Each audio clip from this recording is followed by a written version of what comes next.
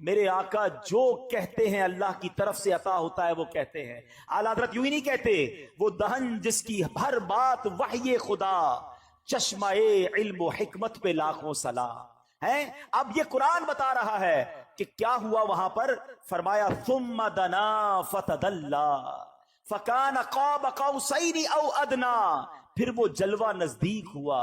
قرآن کہتا ہے پھر خوب اتر آیا, تو اس جلوے اور اس کے محبوب میں 2 ہاتھ کا فاصلہ رہا, بلکہ اس سے بھی کم. اب باتیں کیا ہوئی وہاں پر؟ قرآن کہتا ہے فَأَوْحَا إِلَىٰ عَبْدِهِ مَا أَوْحَا, اب وحی فرمائی اپنے بندے کو جو وحی فرمائی. رب نے جو فرمانا تھا فرمایا, اور محبوب نے جو لینا تھا وہ لے لیا. تو اب یہ وہ سفر ہے میٹھے اسلامی بھائیوں, کہ جب نبی پاک علیہ الصلوۃ والسلام یہ سفر کر کے واپس آئے, یہ عظیم سفر ہے. جنت کے طبقات دکھائے, جہنم کے مشاہدات کیے. میں انشاءاللہ بیان کے آخر میں مشاہدات کے بارے میں بھی بتاؤں گا. آل ٹوگیدر جب یہ سفر کر کے نبی پاک واپس آتے ہیں, تو آج لوگ کہتے ہیں جناب کہ بڑی سائنس نے ترقی کر لی ہے, بڑا مہینوں کا سفر دنوں کا سفر منٹوں میں طے ہوتا ہے. لیکن میرے آقا کے اس سفر میں, جس میں ہزاروں سال کا یہ ٹریول ہے, علماء کہتے ہیں اگر اس کو لاجیکلی کیلکولیٹ کریں نا تو یہ کئی ہزار سالوں کا سفر بنتا ہے. مگر نبی پاک جب واپس آئے تو جو دروازہ کھولتے وقت کنڈی ہل رہی تھی وہ اب بھی ہل رہی ہے. جو بستر چھوڑ کے میرے آقا گئے وہ بستر اب بھی گرم ہے. آقا نے وضو کیا تھا, ہم وضو کرتے زمین پر پانی بہتا ہے, راوی لکھتے نبی پاک آئے وہ پانی ابھی بھی بہ رہا تھا. بڑا لاجیکلی بات سمجھ لو, ہر دور کے مطابق ہے نا انبیاء کو معجزات دیے گئے, ہر دور کے مطابق جیسا دور ویسے معجزات. مثال کے طور پہ حضرت موسیٰ علیہ السلام کا دور تھا, وہ جادوگروں کا دور تھا. ان کا مقابلہ کرنے کے لیے حضرت موسیٰ علیہ السلام کو عصا کا معجزہ دیا گیا. آپ نے عصا ڈالا, وہ اژدہا بن گیا, فرعونیوں کے سانپوں کو کھا گیا, وہ عاجز آ گئے. حضرت عیسیٰ کا دور ڈاکٹرز کا دور تھا, علاج دریافت ہو گیا تھا. اس کو کاؤنٹر کرنے کے لیے آپ کو کیسا معجزہ دیا گیا کہ قرآن میں لکھا ہے کہ آپ مادر زاد اندھوں کی آنکھوں پر دم کرتے تھے, وہ آنکھ والے ہو جاتے تھے. آپ مردوں کے لیے دعا کرتے, مردے زندہ ہو جایا کرتے تھے. تو جیسا دور ویسا معجزہ. میرے آقا کا جو دور تھا, جس دور میں نبی پاک آئے, وہ دور کیسا تھا؟ وہ دور تھا عربیوں کا فصاحت و بلاغت کا دور تھا, انٹلیکچوئلز کا دور تھا. اس زمانے میں بڑا عجب معاملہ تھا. ایک اور بڑی عجیب بات پہلے بھی میں نے بیانات میں بتائی ہے کہ جو عربی نہیں ہے وہ کیا کہلاتے ہیں؟ ہم کیا ہیں؟ عجمی. عجمی کا معنی پتہ ہے؟ عجمی کہتے گونگے کو. ہم کتنا شوق سے بتاتے ہیں عجمی ہیں. عجمی کہتے ہی گونگے کو, اس کا معنی گونگا ہے. یہ عربیوں کا ایک زوم تھا, عربیوں کا ماننا یہ تھا کہ عربی بول سکتے ہیں, یہ عجمی باقی سارے گونگے ہیں. ان کو اپنی زبان پر اتنا ناز تھا. یعنی اس زمانے میں تلوار کے لڑائی کے ساتھ ساتھ الفاظ سے بھی لڑائی ہوتی تھی. حضرت عبداللہ بن رواحہ, حضرت حسان بن ثابت رضی اللہ تعالیٰ عنہ, یہ نبی پاک کے دربار کے نعت گو شاعر تھے. دشمن نبی پاک کی شان میں گستاخانہ اشعار لکھتے تھے, یہ ادھر سے جواب میں نعتیں لکھتے تھے. ایک موقع پر پیارے آقا علیہ الصلوۃ والسلام نے حضرت عبداللہ بن رواحہ سے فرمایا, عبداللہ تم اشعار دشمنوں کے مقابلے میں لکھو, تمہارے اشعار ان کے لیے تیر کی مانند ہے. تو یہ دور تھا, اس دور میں نبی پاک تشریف لائے. اب ضروری تھا کہ پیارے آقا ان سے زیادہ فصیح ہوں, ان سے زیادہ خوبصورت بات کرے. اللہ نے نبی پاک کے قلب اقدس پر قرآن نازل کر دیا. جب اللہ کے حبیب قرآن کی تلاوت کرتے تھے وہ عاجز آ گئے, وہ پریشان ہو گئے. وہ کہتے یہ کسی انسان کا کلام نہیں ہے, یہ کیسی باتیں کرتے ہیں. اور کمال کی بات یہ ہے, انہوں نے یہ بھی دیکھا تھا کہ بچپن سے اب انہیں دیکھ رہے ہیں, یہ کسی مدرسے میں نہیں گئے, کسی استاد کے پاس نہیں گئے. اس کا مطلب یہ تھا کہ اللہ نے اپنے حبیب کو ڈائریکٹلی علم عطا فرمایا. الرحمن علم القرآن, اللہ نے اپنے حبیب کو یہ سارے علوم عطا فرمائے. اور جب میرے آقا گفتگو فرماتے تو پھر کیا ہوتا؟ بریلی کے تاجدار لکھتے ہیں, آقا میں نثار تیرے کلام پر. حضور آپ کی باتیں کیسی تھی؟ زبان تو بہت سارے لوگوں کو ملی ہیں, میں نثار تیرے کلام پر ملی یوں تو کس کو زبان نہیں. وہ سخن ہے جس میں سخن نہ ہو, وہ بیاں ہے جس کا بیاں نہیں. تیرے آگے یوں ہیں دبے لچے فصحا عرب کے بڑے بڑے بڑے بڑے فصحا بلغا, انٹلیکچوئلز بیٹھتے تھے. میرے آقا بات کرتے وہ شاکڈ ہو جاتے, اسٹانشڈ ہو جاتے, حیران ہو جاتے, ایسا لگتا خود گونگے ہو جاتے. اعلیٰ حضرت کہتے تیرے آگے یوں ہیں دبے لچے فصحا عرب کے بڑے بڑے, کوئی جانے منہ میں زبان نہیں, نہیں بلکہ جسم میں جان نہیں. لگاتے ہیں نا